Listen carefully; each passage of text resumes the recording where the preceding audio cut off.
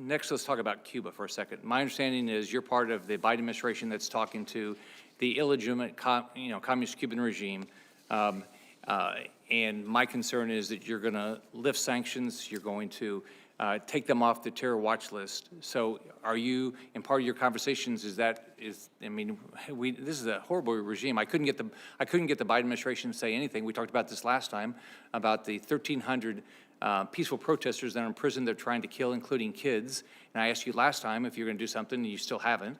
But what are those conversations? Are you guys going to eliminate sanctions? Are you going to take them off the terror watch list? Are you guys going to stand up and do something for these poor kids and these people that all they did was peacefully protest in this country, and the regime's trying to kill them?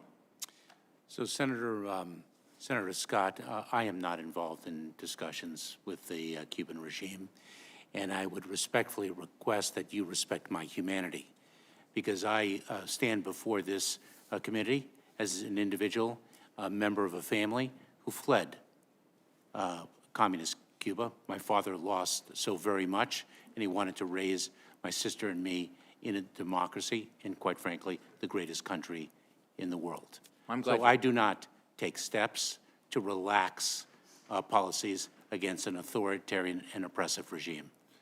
So you're not going to do anything to reduce sanctions or take them off the terrorist watch list? The discussions that I understand have taken place are with respect to the migration accords that have been in place for many years between our two countries, and what exactly the terms of the discussions are is not something of which I am intimately familiar, nor something that I would disclose in an open forum, given the sensitivity of diplomatic discussions. Are you going to say anything publicly about the peaceful protesters that are in prison that the communist regime is trying to kill?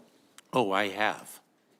I certainly have. You'll send it to me. And I have condemned the oppression against the peaceful protesters on the streets of Cuba.